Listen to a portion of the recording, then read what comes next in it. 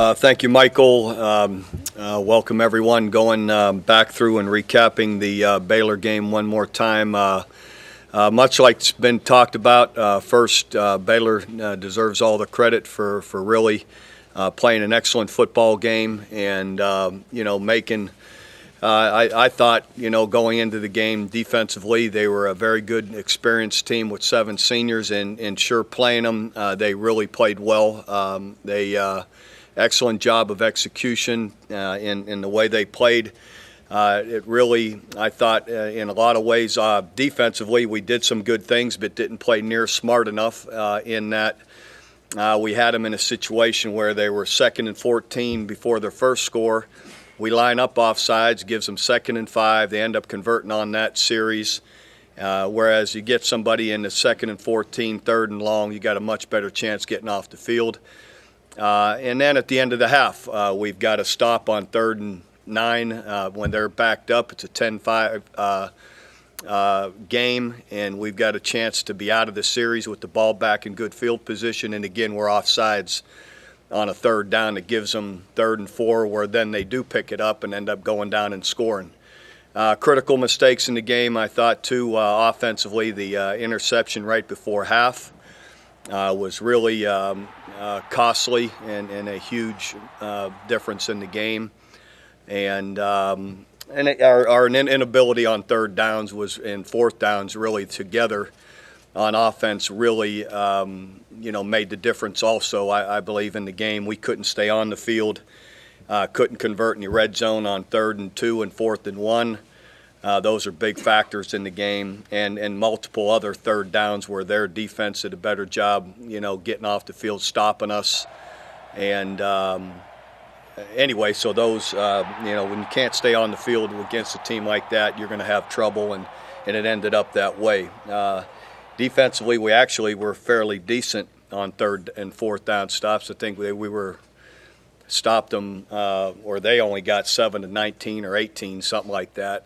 So a little bit better, but not enough. There's still another couple could have helped possibly change the game to some degree.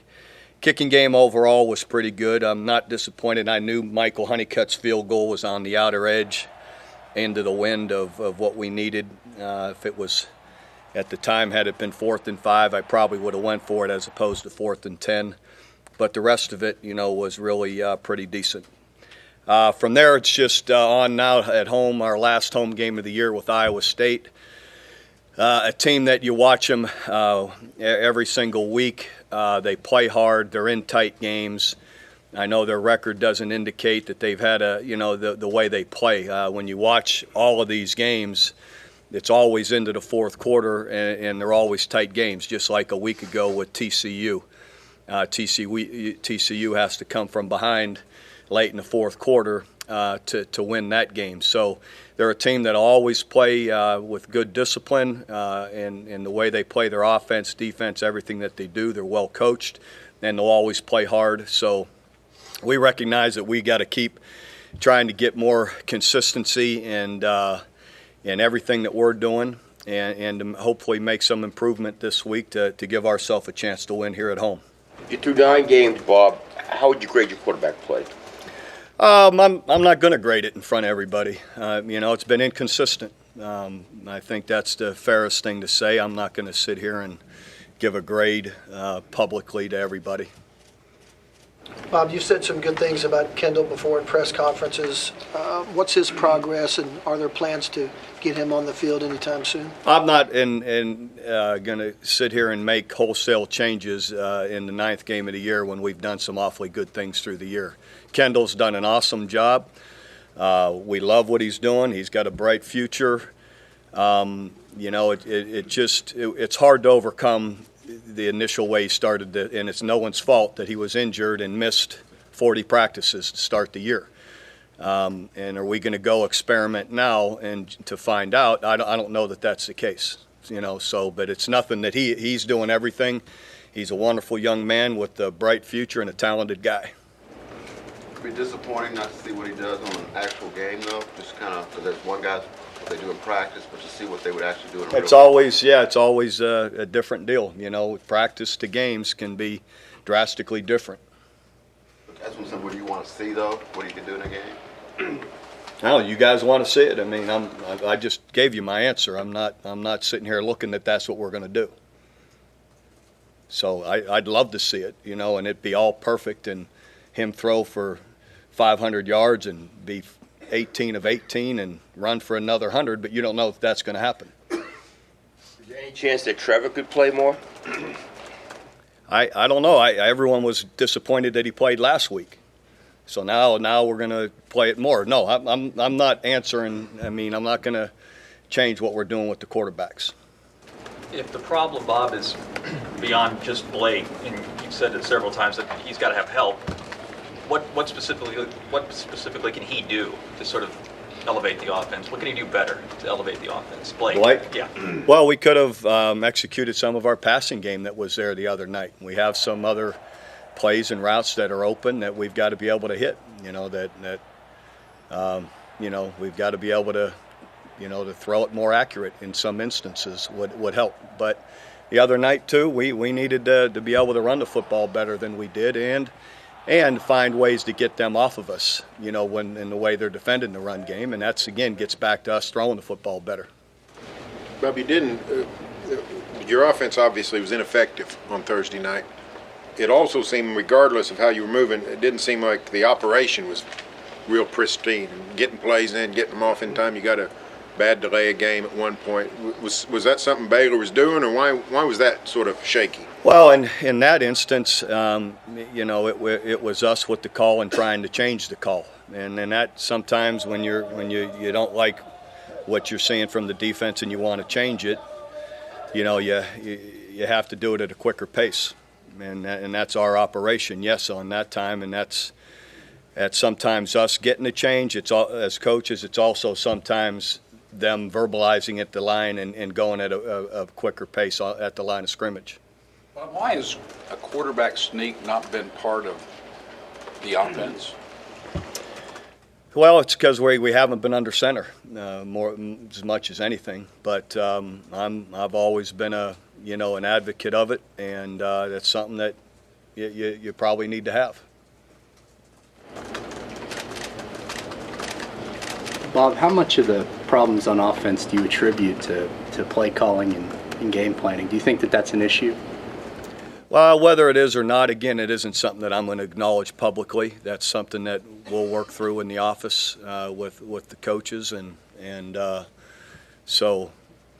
But it's always fair to say some's always there's blame to go around to everybody. But also sometimes when you're getting beat up front, it doesn't matter what you call. You're going to be an ugly play caller when the defense is playing a lot better than you. Bob, can you update us on all those injuries the other night? I'm unsure about most. How that's going to play out. The one that looks the best, Julian Wilson, looks like he should be ready to practice soon. The other guys were still uncertain. And you don't know if surgeries are needed there at this point? No, I don't believe that's the case for any of them immediately, no. Is Sterling something to be determined later in the week? Yes. I believe that'll be something that, that we'll know a little bit later in the week. How much did that hamstring the other night offensively? Well, it's fair to say you lose Sterling Shepard and you lose Trey Millard for the whole game, two of your best offensive players. It doesn't make it any easier. So maybe that's the best way for me to say it. It definitely chips away at you. Well, there are a number of things, as I understand, you don't want to address in a public way. You said after that game there would be evaluation. Has that evaluation taken place, and have you come to conclusions, I guess I'm wondering, even if you're not willing to tell us what they are? Have you reached some things? Yeah, we've talked about a lot, and there's a lot that we'll work on here this week in practice. But that's all I'll say about it. Bob, at times it looked like your receivers were having trouble getting open. Is that Baylor's secondary, which looked very fast? Is that lack of scheme? Is that lack of your guys' ability to get open? I think it's fair first to compliment Baylor's ability to cover. They've covered everybody pretty well if you watch, and then but also I feel that regardless we've got to do some things to to help free ourselves up, whether it's route running or scheme wise, to give our guys a better chance. How'd the offensive line play? Pretty average. The offensive line seems to they've had some really great games, and then they've had, like you said, maybe some average games. What's the problem there with consistency? I mean, what do they have to do better? Well, I think the other night, again, give Baylor's D-line credit and backers, the guys up front played well, and we didn't do a very good job reacting to some of the different schemes that they gave that we were ready for. But they even though we were looking for them, they executed them better than we were able to cut them off and get them in certain positions. So that's what we need to do, just be able to execute better against it. Bob, from just a talent standpoint, how do you evaluate Oklahoma and Baylor when you just look from a player standpoint? They've got a lot of great players. Let's face it. I think the biggest thing when I watched them defensively, they got 7 seniors that don't make mistakes and that have been playing for a long time and are always in position, and that makes a big difference when you're an experienced team that way. And then offensively, they got big, strong backs, good receivers, a good quarterback. So, I mean, I don't know that they don't match up with most everybody talent-wise. Is Tapper playing this week? He will be suspended for the first half. Is that you guys or is that the Big 12? That's Big 12 or NCAA rules. Did you appeal that at all? Or? No. Is that just a matter of him being frustrated by the end of the game, or those things that shouldn't happen regardless? It's not, it's got no business part of the game. We asked you after the game if you were pleased with the plan, the offensive plan coming in. You said you were. Have you changed your mind on that at all? Oh, really? I mean, now after the game, it didn't look so good. Now of course, I'm watching what we're doing through the week, so I'm on board. It didn't play out so well, so I'm still on board. Bob, do you get involved much with the offensive game planning, or do you spend more time in the defensive room? I've always spent more time in the defensive room. I mean, that's for 15 years that's been the case, and so offensively though, I'm aware of what we're doing. I'm watch the practice tape, or I'm on the practice field paying attention to what we're doing, and so now how much I can truly influence it, that's not what I've always done. So it's hard to do that. What is Jade Norvell's role in the press box? Well, in terms of play calling? He and Josh, like all the offensive coaches, between series at halftime, at breaks, are talking about what plays they can get to, and so he's a co-coordinator. So they converse through the week, what to put on the field, how to practice it, and during games, what they want to get to in different series. Well, when you come into the season, you have so many guys returning at key spots, and you have up and down performance on offense. I'm curious, like your role as a head coach, how difficult is that, or is it easy for you to kind of diagnose what you're seeing week to week and trying to, because is it the coaching, is it the players, is it the execution? It seems like there's a lot of things there to look at. There is, and that's what you're constantly trying to evaluate. In other words, there are some plays in there, they've been good all year. All of a sudden, they're not good. Well, they outplayed us. You know what I mean? It's a play that we've executed almost every game. Here we run it and we get nothing. A certain run play. Well, is that coaching? I don't know. Is it? Maybe we didn't coach it hard enough this week. We've coached it for 8 weeks, and all of a sudden it isn't any good. Well, sometimes you get beat. So it's always a little. Then there's always sometimes that was a. Here's a bad call, or in this situation should have did this.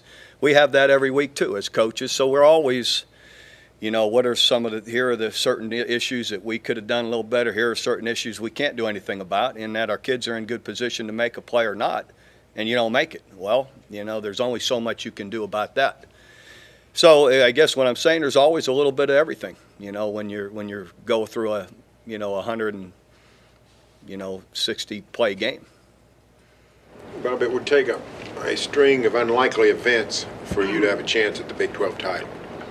At what point, how do you balance that realization with playing out this season and also working towards next year? I think it's always 1 week at a time. It truly is that way. Our players understand that, and it's just, when you're the one that has to play, it's just playing with pride for as much as anything is, each week, doing your very best to make the season as positive as it can be.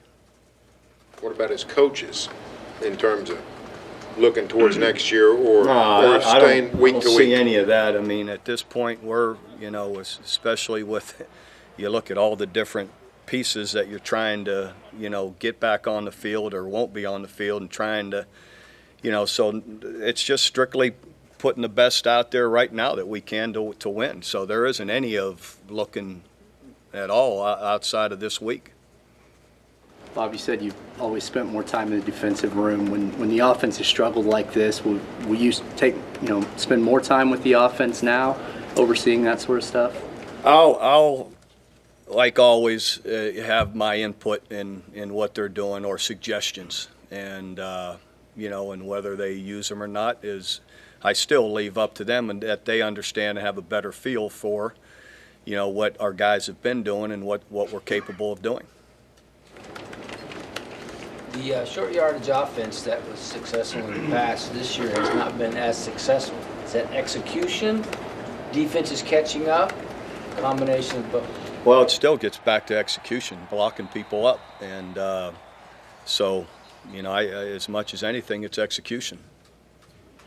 I thought one of the offensive bright spots was Trevor. When he was in, I think he had 5 snaps. 2 or 3 of them were really solid plays. Is that, I understand that was put in, that was a specific Baylor week type thing, but it looks like something you could build on. It's something that we can continue to do, yes. Was that? And I didn't feel that was disruptive. When you come in and you run the first play for 9 yards, that's not a problem. So, and it's not like a different play that all our guys on the field outside of him have to learn, because it's something that we do with all our quarterbacks. Blake does it. It's not as obvious when he does it because he isn't as quick at turning the corner and making something happen that way. Is that right, though? Did you feel like that was fairly effective? To a degree. Mm-hmm. How is he coming along throwing the football in practice? And can you compare your quarterbacks in practice in the passing game? Compare in to each other. I mean, how do they compare in throwing the football? They all throw it really well.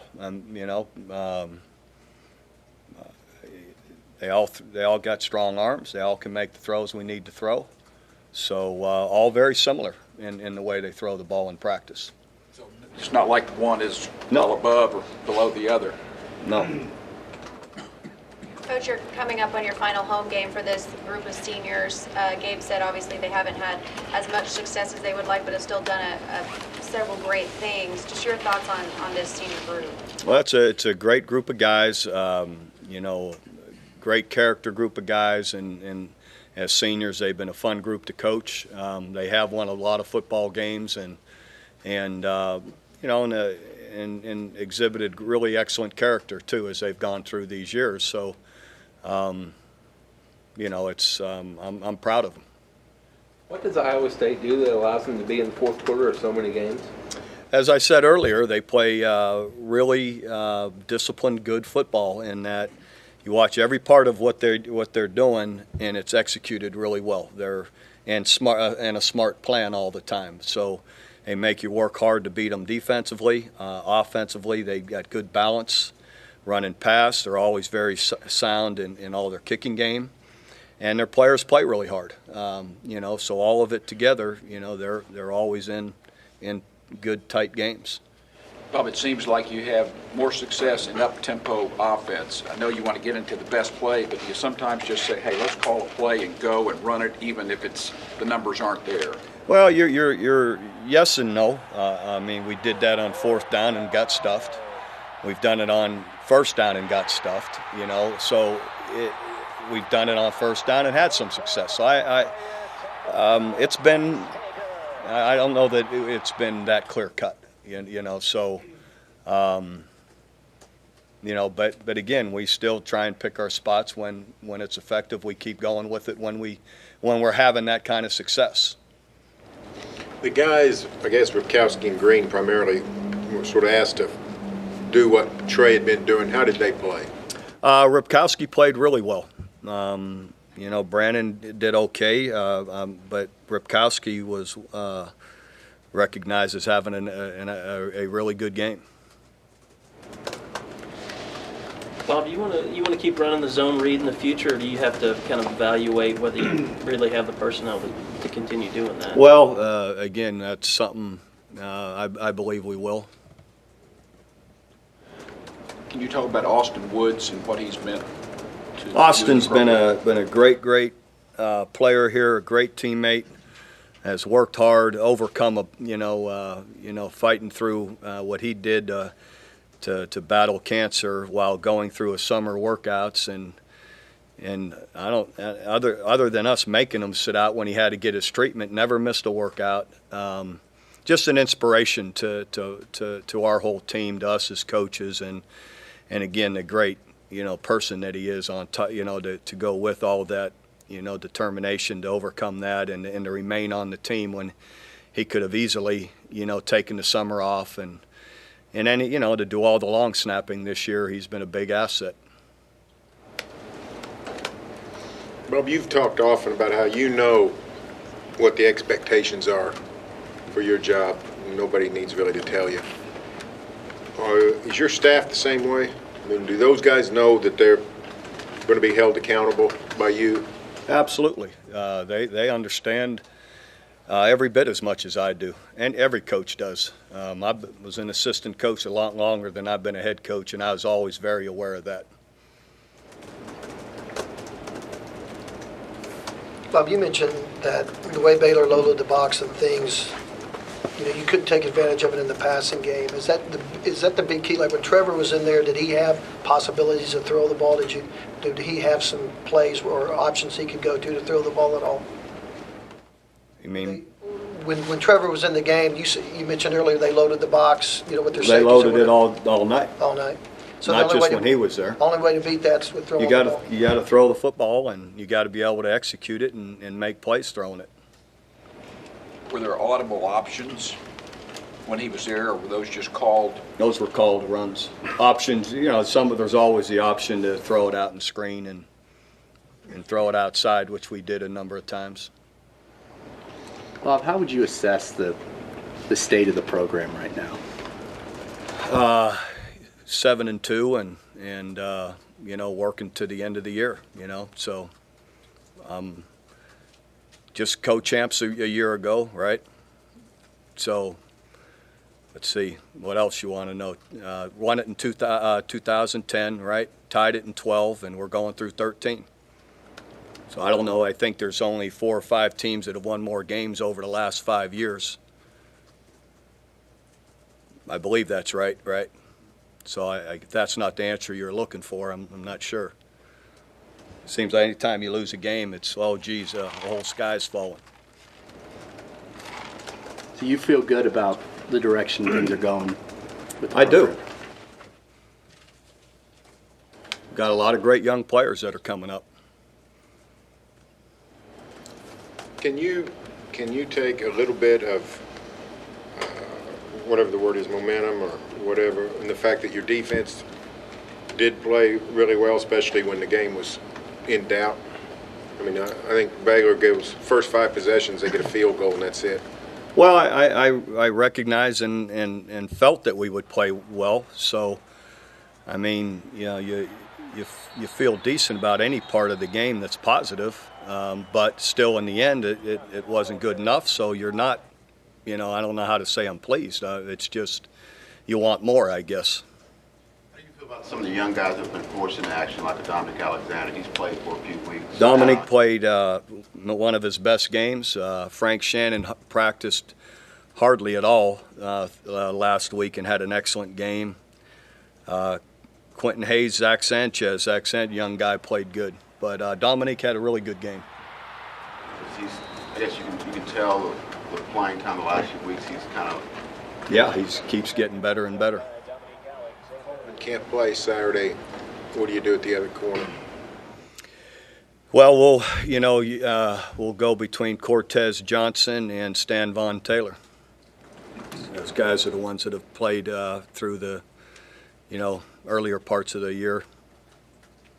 Is that what is most frustrating about that? Because the defense, all these guys you bring up, there's a lot of freshmen out there, a lot of first-year players, but offensively there aren't.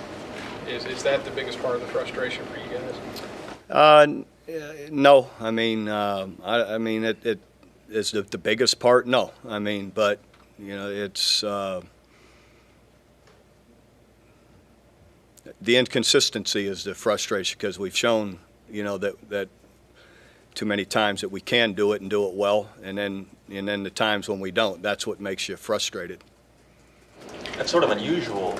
In the past, even when you've had to break in a new quarterback and bring up young players on offense, it seemed like you guys always did get better as you progressed, and this is sort of... Yeah, well, again, I thought we were too, as the last few games and then again, Baylor, give them the credit. They were, they didn't allow it, and we didn't execute it very well.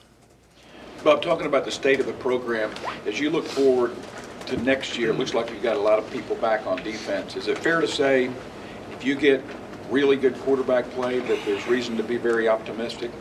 Well, I am. I don't want to jump to next year yet, but I think we'll have guys that are out there this week and last week. We'll have like 9 starters back, or 9 or 10 on defense, and so I believe we'll be much better there. And then offensively, I believe our quarterback play will continue to improve. I believe that. All these guys are capable, and so I believe that, that can happen. Isn't it important, though, in these last 3 games for the quarterbacks to give you confidence that they're consistent in these last 3 games? Yeah, they need to, they need to play at a consistent level, definitely. You were talking earlier about how it's all about next week, put the best players on the field, win the game, but that question Al just asked, is there ever room in there to do something at the quarterback position for evaluation purposes, or is that just off the table?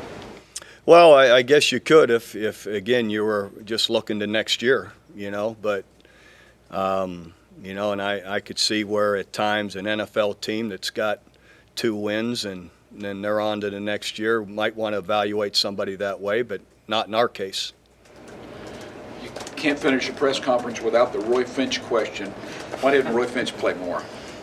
Again, we like everybody. We play everybody the way we feel they need to be played during a game, and my assistant coaches make those decisions depending on how they've practiced and how everything else that they've done through the week.